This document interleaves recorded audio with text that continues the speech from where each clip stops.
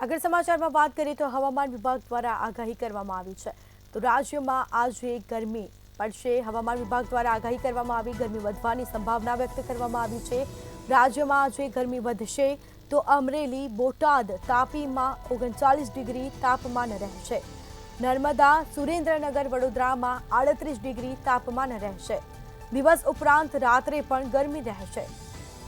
સમાચાર સામે આવ્યા છે। રાજ્યમાં આજે ગરમી વધવાની સંભાવના વ્યક્ત કરવામાં આવી છે।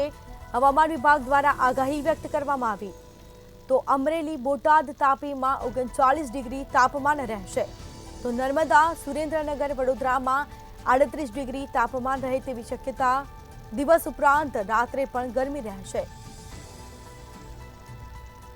તો રાજ્યમાં આજે ગરમી વધવાની સંભાવના હવામાન વિભાગ દ્વારા વ્યક્ત કરવામાં આવી છે। હવામાન વિભાગ દ્વારા આગાહી કરવામાં આવી જેમાં નર્મદા, સુરેન્દ્રનગર, વડોદરામાં 38 ડિગ્રી તાપમાન તો અમરેલી, બોટાદ, તાપીમાં 39 ડિગ્રી તાપમાન રહેશે। દિવસ ઉપરાંત રાત્રે પણ ગરમી રહેશે।